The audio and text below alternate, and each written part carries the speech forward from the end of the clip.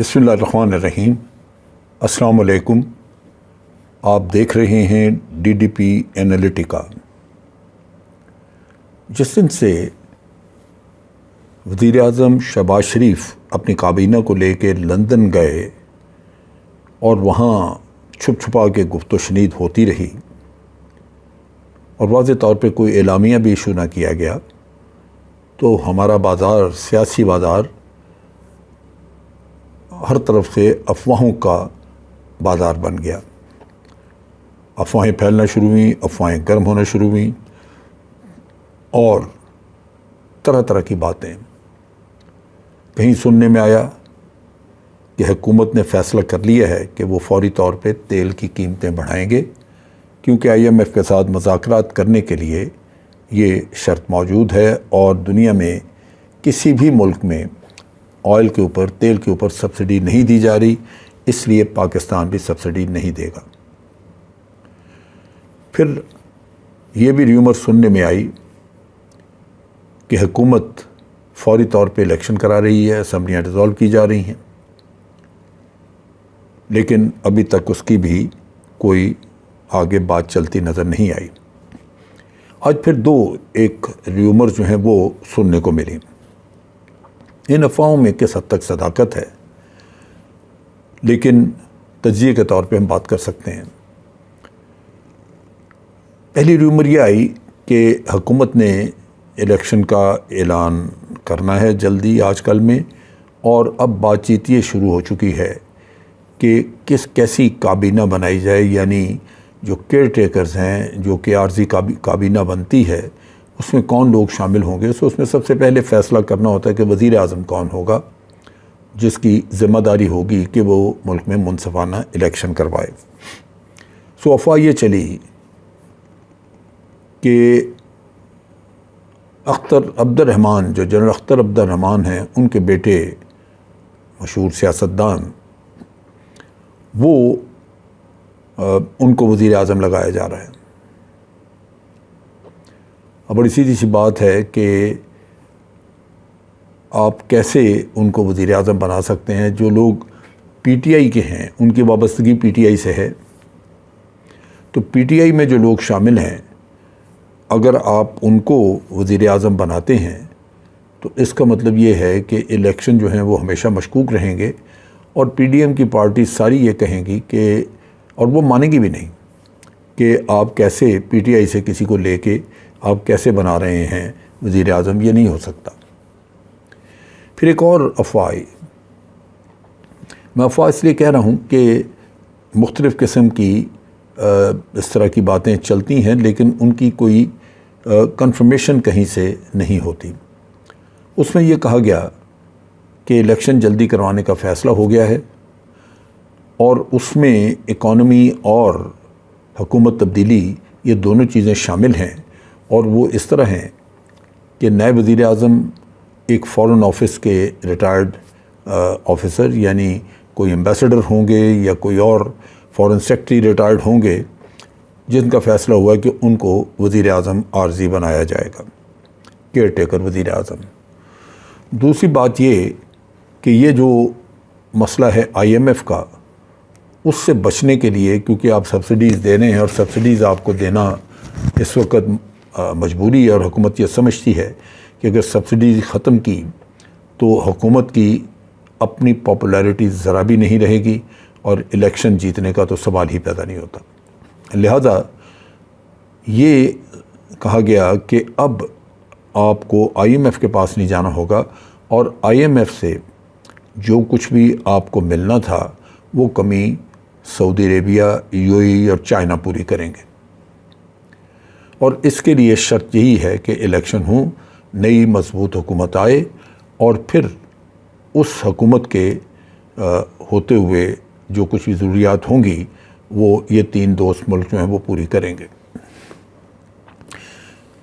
ان ساری افواہوں میں ایک چیز مشترک ہے کہ کہیں سے بھی ان کی کنفرمیشن نہیں ہوئی، لیکن جب تک الیکشن اناؤنس نہیں ہوتے یا جب تک کوئی واضح اناؤنسمنٹ گورنمنٹ کی طرف سے آتی نہیں، آپ دیکھیں گے کہ بے شمار قسم کی افواہیں اسی طرح پھیلتی رہیں گی، اور اس سے کیا سارائیوں کا بازار گرم رہے گا۔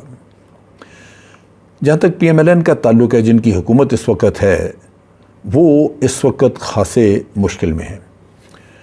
وہ اپنے طور پہ بڑے جوش میں اور بڑے ولولے کے ساتھ حکومت تو گرا بیٹھے، اور جیسے عام قیاس آرائی کی جاتی ہے یا عام طور پہ ایک تاثر ہے کہ یہ حکومت گرانے کا کام باہر کی قوتوں کے ایما پہ کیا گیا، اور اس میں بڑھ چڑھ کے خرید و فروخت ہوئی۔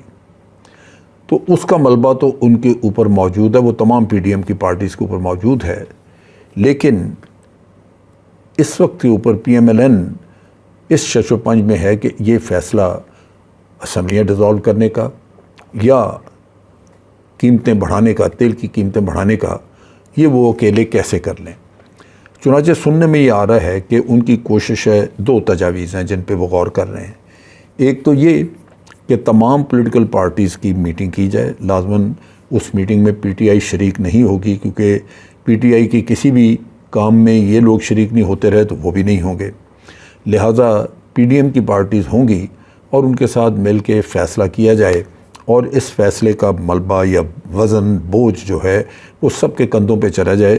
پی ایم ایل این یعنی جن کا وزیر اعظم ہے، یہ فیصلہ وزیر اعظم کا نہ سمجھا جائے تاکہ پی ایم ایل این کے کندھوں کے اوپر سارا بوجھ نہ آئے۔ سو یہ ساری پولیٹیکل پارٹیز یہ ایسے فیصلے میں شریک ہوں جو کہ عام طور پہ پاپولر نہ ہو، جس کی حمایت نہ ہو باہر پبلک میں۔ پھر یہ بھی کہا گیا کہ اگر یہ پولیٹیکل پارٹیز ذمہ داری لینے کے لیے تیار نہ ہوں، یعنی پی ڈی ایم، تو پھر یہ کیا جائے کہ ان کو کہا جائے کہ جناب پھر سب ایگری کریں کہ اسمبلیاں ڈیزالو کر دیں۔ یہاں ایک اور تجویز بھی آئی کہ اگر پولیٹیکل پارٹیز کے بجائے نیشنل سیکورٹی کمیٹی کا اجلاس کیا جائے، اور نیشنل سیکورٹی کمیٹی میں تمام وہ حضرات جو آلریڈی موجود ہوتے ہیں وہ تو ہوں، لیکن ان کے علاوہ ہائی کورٹس کے چیف جسٹس، سپریم کورٹ کے چیف جسٹس، اور ان کے علاوہ صدر مملکت یا وہ بھی لوگ جو کہ کوئی بھی اسٹیک ہولڈرز بن سکتے ہیں، ان کو شامل کیا جائے اور فیصلہ ان پہ چھوڑ دیا جائے۔ وہ فیصلہ کر لیں، اگر وہ کہیں کہ اسمبلیاں ڈیزالو کر دو تو ڈیزالو کر دی جائیں۔ اب یہ دونوں صورتوں میں حکومت خود ذمہ داری کے بوجھ سے بچنا چاہتی ہے۔ وہ چاہتے ہیں کہ یا تو پولیٹیکل پارٹی ساری ذمہ لے لیں، یا یہ کہ یہ ذمہ داری نیشنل سیکورٹی کمیٹی لے لے۔ یہاں سب سے جو اہم چیز ہے وہ یہ ہے کہ نیشنل سیکورٹی کمیٹی ایک پلیٹ فارم تو ہے چیزیں ڈسکس کرنے کا، لیکن جو بھی فیصلے نیشنل سیکورٹی کمیٹی کے پلیٹ فارم پہ ہوتے ہیں، ان فیصلوں کی ذمہ داری حکومت کو لینی پڑتی ہے، کیونکہ آج دن تک نیشنل سیکورٹی کمیٹی کو کانسٹیٹیوشنل کور نہیں دیا گیا۔ نیشنل سیکورٹی کمیٹی آج ایک کانسٹیٹیوشنل باڈی نہیں ہے، اس کی آئین میں کہیں گنجائش نہیں ہے۔ اس نیشنل سیکورٹی کمیٹی کو بنایا گیا تھا ایک کیبنٹ آرڈر کے ذریعے، سو کیبنٹ کا فیصلے کے طور پہ تو وہ موجود ہے، لیکن آئینی حیثیت اس کی نہیں ہے، نہ ہی آئینی حیثیت کی وجہ سے اس کی ممبرشپ مقرر ہے۔ ممبرشپ بدلی جا سکتی ہے کیونکہ آئین میں تو یہ چیزیں دی نہیں ہوئی۔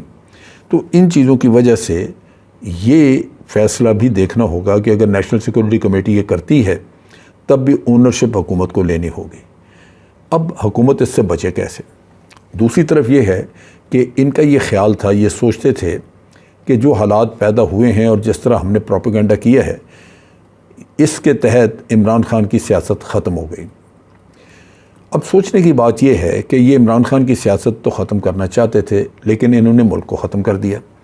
آج جو معاشی حالات ہیں وہ یہاں تک ہم پہنچے کیسے؟ ہم اس حال میں اس لیے پہنچے کہ جو ہمارے ملک میں اکنامک ایکٹیویٹی ہونی چاہیے تھی وہ ہوئی نہیں، کیونکہ لگاتار پی ڈی ایم کسی نہ کسی شکل میں احتجاج کرتی رہی۔ عمران خان جو محنت کر رہے تھے، جتنا کچھ بھی وہ سوچ بچار کر کے کر رہے تھے، اس میں ہر چیز میں رخنا انہوں نے ڈالا۔ پارلیمنٹ کو انہوں نے بیکار کیا، پارلیمنٹ نان فنکشنل رہی کیونکہ اپوزیشن تعاون نہیں کر رہی تھی، بہت سارا کام جو تھا وہ صدر مملکت کے آرڈیننس کے ذریعے کروانا پڑا، اور پھر آپ دیکھیے کہ کوئی ایسا دن نہیں گزرا جس سے انہوں نے احتجاج نہ کیا ہو۔ اب عمران خان جلسے کرتا ہے تو یہ رونا روتے ہیں کہ جی یہ تو اکانومی کے لیے اچھا نہیں۔ تو صورتحال یہ ہے کہ اس اکانومی کو برباد کرنے میں اس پی ڈی ایم نے ہر طرح سے حصہ ڈالا، اور اب ان سے سنبھالا نہیں جا رہا۔ ان سے کوئی پوچھے کہ اگر یہ آج آپ ذمہ داری لینے کو تیار نہیں، آج آپ کو سمجھ نہیں آتی کہ آپ کریں کیا، تو آپ پچھلی حکومت کو نااہل کہتے تھے، اس کے اوپر الزام تراشیاں کرتے تھے، تو آپ کو کس نے کہا تھا کہ یہ نو کانفیڈنس موشن کروائیں؟ آپ خود ایک اعلیٰ کار بنے ایک سازش کے، اور آج آپ کو رستہ نہیں سوچ رہا کہ آپ جائیں کدھر۔ دوسری بات یہ اس کے ساتھ جو سمجھنے کی ہے وہ یہ ہے کہ ان کی اسیسمنٹ ہر چیز کے بارے میں فالٹی تھی، غلط تھی۔